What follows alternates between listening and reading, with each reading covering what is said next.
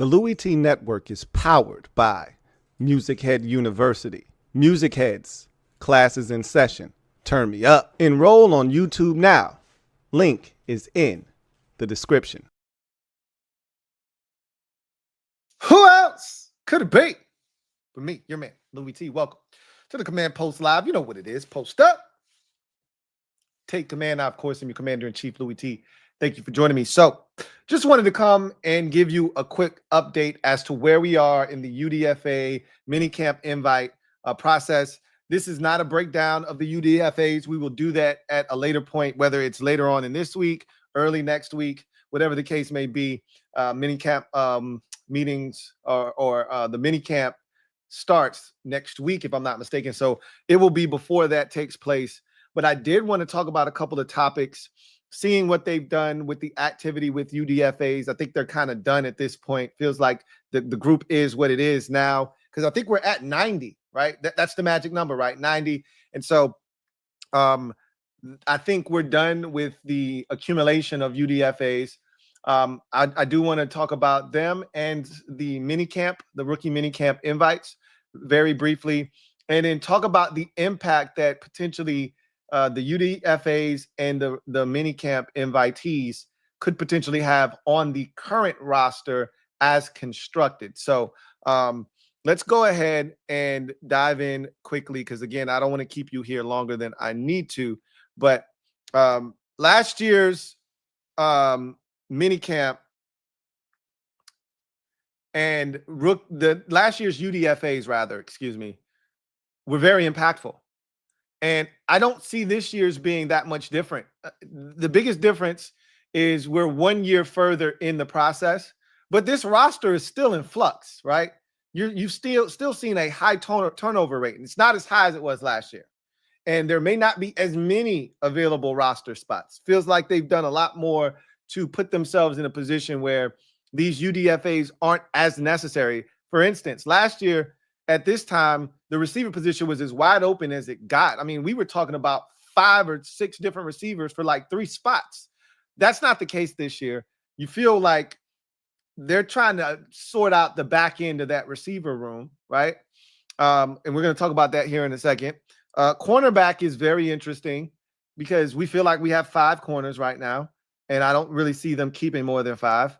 But you know, one of the guys we're going to talk about here is a guy that I know they're very interested in. He's a very interesting player. And again, could you keep 6? You don't have to keep guys on your active roster just because you like them. That's what the practice squad is for. So again, even if these guys don't make the roster, there were guys last year that didn't make the team, that were on the practice squad that we thought had a legitimate shot to end up on the roster at some point, but they ended up getting plucked away from our practice squad last year during the course of the season. So that, you know, like for instance, Chigozie Anuzium was a guy that we said, hey, I don't know, you know, he's not going to make the roster. We didn't think he would make the roster, but it was like, hey, that's a guy that I think they want to work with. They put him on the practice squad, and the Browns ended up coming and snatching him away eventually. So I could see something like that maybe taking place. But 2 guys, remember, last year, 2 guys that were UDFAs made this roster. I could see 2 guys making the roster this year's UDFAs. So let's talk about the group real quick. So as you can see, we have 8 UDFA signings, 8 priority free agents that the Commanders were sought after once the draft was completed, went out, signed them to UDFA deals, brought them in the fold. And these guys will be invited until something changes, right? And this is all fluid, right? But the likelihood is the 8 names under the signing category, they will all be invited to training camp as a part of the 90-man roster. Now, again, they may find someone, right, out on the streets that they need to sign, or they may find a player that gets released elsewhere that they, you know, covet and sign that guy, and somebody has to go. It could be one of them. It could be somebody that's already that was on the practice squad last year that they dismissed. You know, generally in these cases, last to show up, first to go. But we'll see. You know, they're going to give these young guys a chance. And when they bring them into this rookie mini, this will be their first time actually working them out in their facility, right? Under the auspice of this is practice, want to see how you move, want to see if you could be a really good fit. And they may feel differently about one or two of these guys. And so if they bring somebody else in, they may get rid of one of these guys. We'll see. But I've took the liberty of highlighting some of the names here. We'll go through all 8 of them quickly, but I highlighted 3 in particular for different reasons, and I'll tell you why. So wide receiver Jacoby Jones of UCF is one of the guys. I haven't dug into any of these prospects yet. I know of some of them based off of either the Commanders having brought them in for top 30 visits or just knowing their body of work. I am not very familiar with Jacoby Jones, but I'm going to absolutely do my homework, and then we're going to talk about it just like we did last year. We broke down every single one of the UDFA guys. We're going to do that again this year. So he's a receiver that they're going to bring into the mix. We'll see what he is. The thing that's really interesting about him is he's got the exact name as another former Jacoby Jones, God rest his soul, that was in the NFL, was a dynamic return man. I don't know if the two are related or not. Probably not, because Jacoby Jones was, when he passed away, I think he was 40 when he passed away. So I can't imagine him having a 24-year-old. And so I don't know if they're related. I doubt it, but that's one of the receivers. The other receiver that they brought in as a UDFA is Ja'Cory Brooks, wide receiver out of Louisville, former Alabama Crimson Tide wide receiver, transferred over to Louisville, was a massive recruit coming out of high school, top 35. This guy is 6'2", right around 195 pounds or so. He's a guy that does not have blazing speed, but he plays above the rim. He's a physical receiver, can do some of the things you like down the field, can get those 50-50. We don't currently have a 50-50 ball guy on the roster. So he brings a unique set of skills that will be interesting as we dive in. And the reason I highlighted him in yellow is because he's a guy that has a legitimate shot of making this roster. And I think he's a name worth watching as we go through this process. He is a serious, serious threat to some of the guys on the current roster. That's why he's highlighted in yellow. Guard Timothy McKay out of North Carolina State being brought in. A defensive tackle, Ricky Barber out of UCF. So they went shopping at the UCF store. They liked a couple of their players, so they brought them in, including Ricky Barber, who is a interior defensive lineman. Carlin Vigors, we've talked about him a bunch on this channel because he was a part of the Commanders' top 30 visits, and that put him on my radar. 6'2" corner, 200 pounds, fared well against upper level competition while at Louisiana Monroe. So that's a guy that they're clearly interested in. They positioned themselves to be where they are now, knowing that he probably wasn't going to get drafted, but they put in the work prior to the draft process taking place, or prior to the draft taking place, rather, so that they could be in a position to sign him when the draft was done, and they got it done. So that is definitely a guy that they're interested in. Sticking with the cornerback position, Fintrell Cypress II out of Florida State. Safety Robert McDaniel out of Jackson State also highlighted, and I have Robert McDaniel and Carlin Vigors both highlighted in red because they were both either top 30 visits or private workouts. So these are guys that they were familiar with prior to this process, had already, either laid hands on them or at least met with them in some capacity prior to the draft. So they are highlighted in red. And so that's clearly a guy. And I talked about Robert McDaniel briefly on this channel, not as much as Carlin Vigors, but briefly because he was a late private meeting for the Commanders prior to the private workout, rather, prior to the draft. And so clearly they were intrigued by him and his measurables.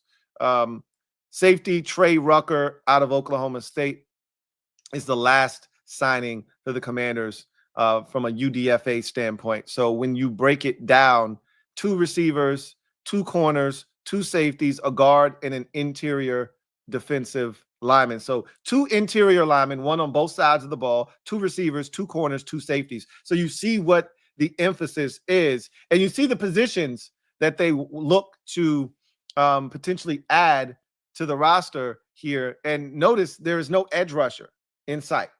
Okay. So for those of you who think they're so desperate at edge, they're not. Clearly, they're not. Right. And even with the minicamp invites, quarterback Colin Skill out of Virginia Tech, who Rico told me has the highest quarterback ROS score of any quarterback in the draft, which is hard to imagine because there was touchdown Tommy Millette, and there was also the Seahawks pick, Jalen Milroe. And I'm just like, he can't be more athletic than those 2. Maybe he is. I can't wait to dig in and see. Tackle Ben Rother, Northwestern. Safety Gabe Taylor out of Rice. I highlighted him in green because the fans are just head over heels over this kid, and they are rooting like hell for him to make this roster. We'll see if he is able to make this team. And then long snapper Josh Wojciechowski out of Colorado School of Mines. I don't anticipate them doing anything at the long snapping position, but never hurt to bring in a long snapper for competition just to see what this kid is able to do. There were a couple of questionable snaps last year, not many. Like, it's not a big deal. Coming from where we came from, last year was very mild in the long snapping department. And as long as you got Tressway, generally doesn't matter. Just get it back there somewhere. Tressway's like the ultimate first baseman / catcher. Just get it back there. You can skip it to him. It can be high. He'll field it. Just get it back there. So anyway, I digress. So this is the list currently. There may be an addition or, 2 to this list, but it kind of feels like it's kind of set right now. Let's talk about this list and briefly talk about the impact that this list can have on the actual roster. So I want to talk about the receiver position quickly, and then we'll talk about safety, and then we'll talk about corner. Because those are the 3 positions that I feel like have to have a chance to be impacted by these UDFAs, and maybe even in, to a lesser degree, the minicamp invites with Gabe Taylor. So keep in mind, Gabe Taylor is not on this roster. I just want to make sure that we are clear. He is not on this roster. He is an invite, right? He's a minicamp invite, a rookie minicamp invite. They just want to see if he is someone that they are intrigued by enough to then extend a UDFA offer to and have him be on this roster. I can't tell you the last time that a minicamp invite actually ended up getting the nod and ending up on the roster. So those are rare. So we'll see. He's got long odds is what I would say.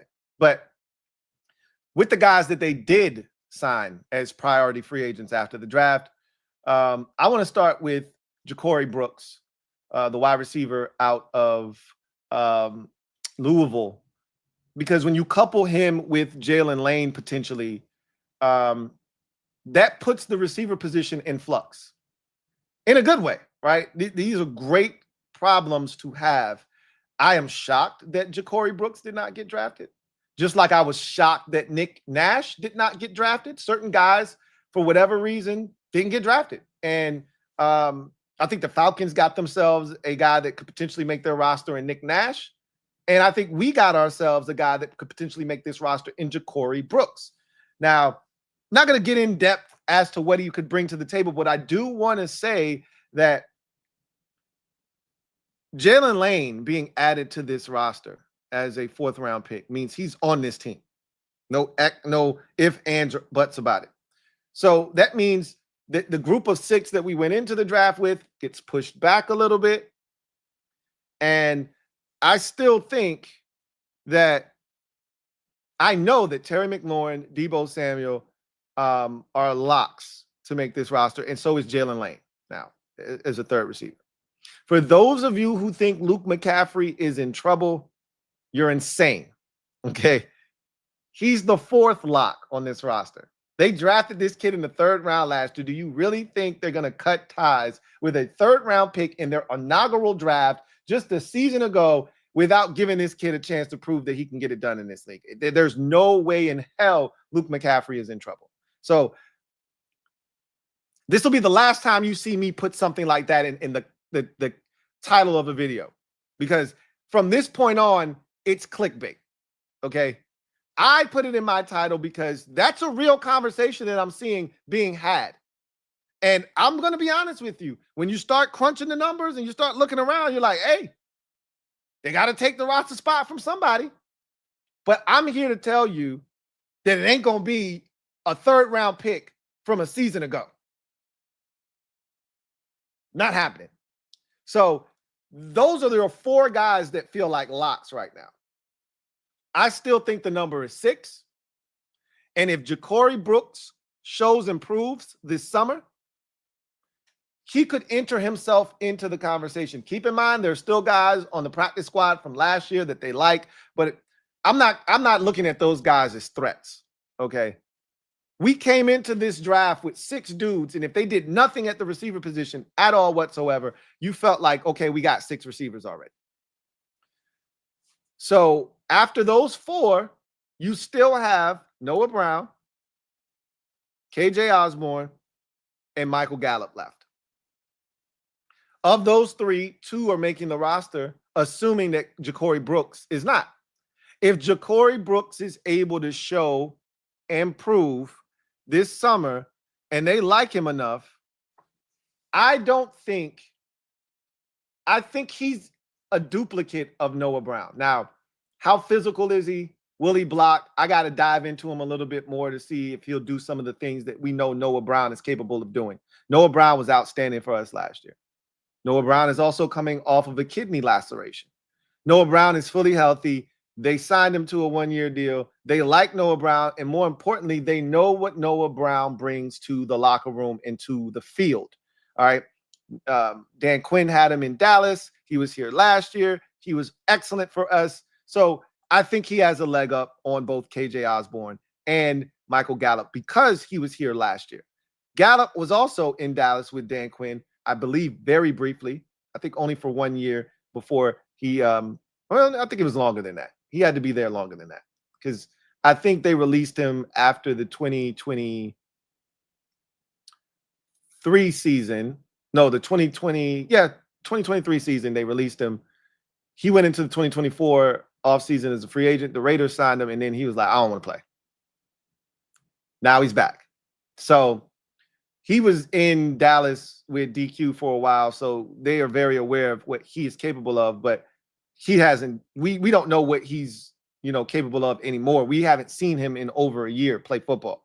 So to me, Ja'Cory Brooks is more of a threat to Noah Brown than he is the other 2 because it's duplicates. Now, if they don't mind having, duplicates, and Noah Brown can run, he's way faster than Ja'Cory Brooks, and Noah Brown offers you other things. Right? He's truly a big receiver, a big body, right? He's over 200 pounds. Ja'Cory Brooks is not, but again, Ja'Cory Brooks, similar profile in terms of height, length, and he can go up and get the football. We haven't seen Noah Brown go up and attack the football at its highest, peak, right?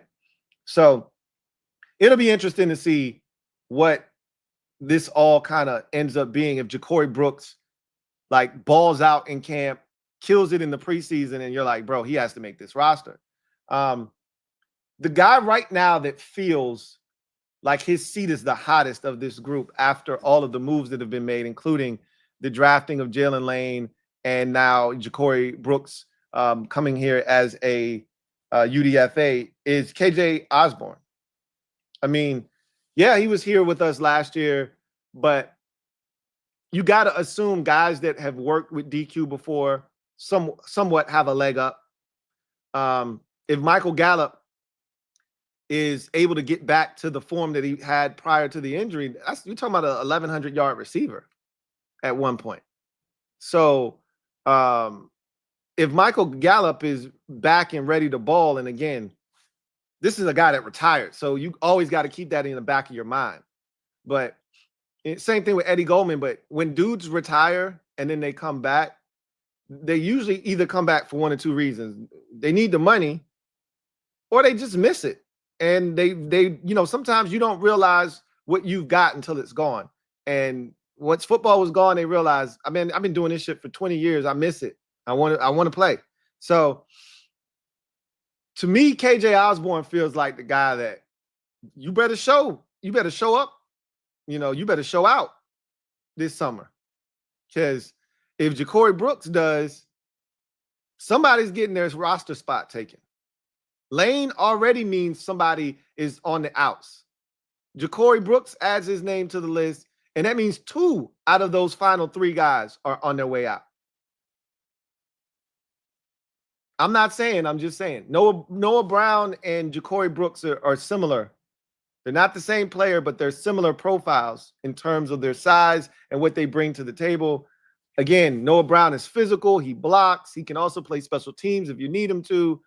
I don't know if Ja'Cory Brooks is doing any of that stuff. And so, again, I don't know if I can say that they're duplicates. I'm just talking about from a body type standpoint. They kind of offer you a little bit of the same thing. Doesn't mean they can't have 2 of them on the roster. Doesn't mean they can't have 2 of them on the roster. Now, you go to corner. This one feels a lot more like, hey, this is a guy for, stash purposes, right? Sign and then stash on the practice squad, continue to develop him. And then next year when some spots open up, assuming that Noah Igbenogany isn't back, Jonathan Jones isn't back next year, you'll have some roster spots at the cornerback position open up. And Kayvon Seymour may not be back next year. You'll have a guy like Carlin Vigors ready to step in and potentially be a guy that can help you on special teams and maybe even be able to play some cornerback position for you. So I think this is less dire than Ja'Cory Brooks, who feels more immediate. Like, hey, no, he might be able to help you right now, right? Like, he might be on the 53-man roster and just not be active on game days, but eventually, they could activate him at any point if need be, right? I don't see that being the case for Carlin Vigors, but we would love to have a developmental corner waiting in the wings. We don't currently have that. It'd be nice to have one. And he seems to be the guy. Fentress Cypress II is going to be interesting as well. I can't wait to watch his tape because I've heard of him out of Florida State. But I've already watched a little bit of Carlin Vigors, and I understand why they like him. Now it's a matter of, can he prove it at this level? And, again, I don't feel like he's contending for a roster spot. I don't see them keeping more than 5 corners. I feel like the 5 that we have is impenetrable right now. They're good with what they have, and I think they're going to roll with what they've got. But much like last year, as I mentioned, they could see potential in him like they did last year with the corner out of Colorado State. And they could potentially keep him on the practice squad. Safety is another case now. Safety feels a lot like receiver, where, hey, anything's up for grabs, right? Anything could happen because safety feels like a position that they've been hunting all offseason. They moved on from Defoe. They moved on from Jeremy Chin. They only replaced one of them with Will Harris. And so there's technically a roster spot available at safety. And I still think that Percy Butler may not be 100% safe, right? So I think they really want to add another safety because remember, when they drafted, the reason I mocked us Dominique Hampton in the 2024 draft, which they ended up drafting and selecting in the 5th round, The reason I mocked him to us, or 6th round, I think it was. I think Jordan McGee was in the 5th round. But the reason I mocked Dominique Hampton to us is because he was a clone of Jeremy Chin, right? I felt like he was the Jeremy Chin replacement. I thought Jeremy Chin was coming here as a 1-year rental, and after they got their 1 year of service out of Chin, they were going to slide Dominique Hampton into that role. Well, they got Dominique Hampton. They saw him in the rookie minis, and they said, you know what? He's a safety. He's a linebacker. He's a linebacker. And they started that conversion process ASAP. And that's what these rookie minis do, is it allows them to lay their eyes and their hands on these players for really the first time. So they can identify, is this a guy that can fit in our scheme or no? Right. And they don't have the new Jeremy Chin. Like, Will Harris is cool, but he ain't 6'2", 220 pounds, right? He ain't that. He ain't 6'3", 6'2", 215. That's what they're looking for. That's what this Robert McDaniel guy out of Jackson State is. He's 6'2", 220, 6'2", 215. Like, he's big.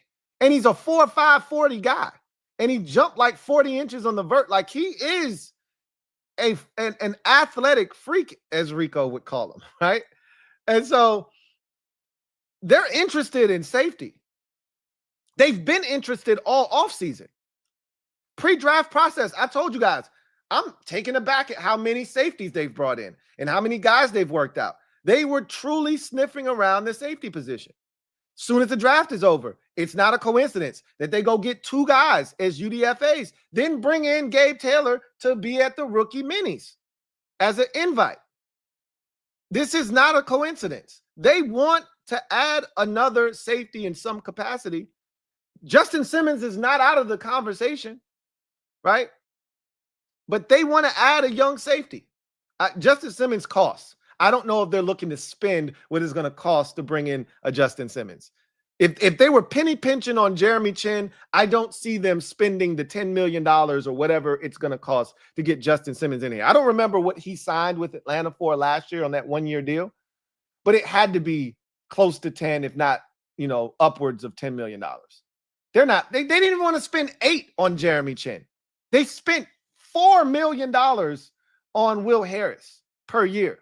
They're not looking to invest money, real money, into that position. So I think it's going to be a young guy, personally.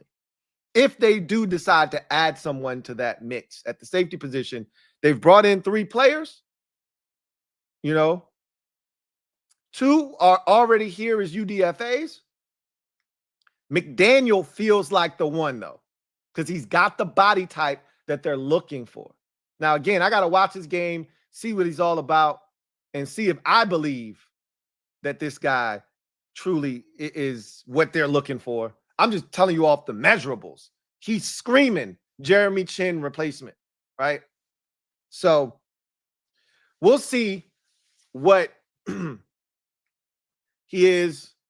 I feel like wide receiver and safety in particular are 2 positions that they are very, very interested in bolstering, or at least creating more competition at. I wouldn't be shocked if 2 guys made the team as UDFAs like last year, and it's Ja'Cory Brooks and Robert McDaniel. I wouldn't be shocked. So I'm going to keep my eyes on this UDFA group. It's another, like last year, it was ridiculous. We had like 12 or 13 guys as UDFAs. It's a nice compact group of roughly 8. Because again, we're not in the exact same spot we were last year. Last year, the roster was as wide open as it gets because we were in full, recalibration mode. We were turning the roster over completely, and everything was on the table. This year, we're still turning the roster over, but we are a year further in the process. We've got more roster spots locked in already. And so there's not as many at the back end of the roster available, but there's still some competition there. There's nothing etched in stone at the back of the safety position, right? There's nothing etched in stone there. You got Quan Martin, Will Harris, Jeremy Reeves, Tyler Owens, and Percy Butler. You got 5 right now. If they do nothing right now, you've got 5. You're good. You rock with your 5. But I think they want to upgrade that position. I think they want to upgrade that position. And I think that guy is Percy Butler right now. That's the guy they're eyeballing and saying, we don't need him. We thought he added value last year. He didn't. We can go in a different direction. The money that they gave to Will Harris is, we'll start you if we have to money, but you're a backup. That's backup safety money they gave him. Okay? So trust and believe that they would love, and it's a 2-year deal. I don't think you're going to sign Robert McDaniel as a UDFA onto, and he makes the roster and he's your starting safety. I'm not saying that, but he could be your starting safety next year. Right? He could be your starting safety next year. Tyler Owens could be your starting safety next year. I doubt that. But again, you just never know. But they're looking for something else, is what I'm saying. They're looking for someone else to add to that mix. And I think they're looking for a specific body type. They're looking for that Tyler Owens, Jeremy Chin, Robert McDaniel type of body type. 6'2", 215, 6'2", 220, 6'3", 215, 6'3", 220. They're looking for that type of body type at the safety position,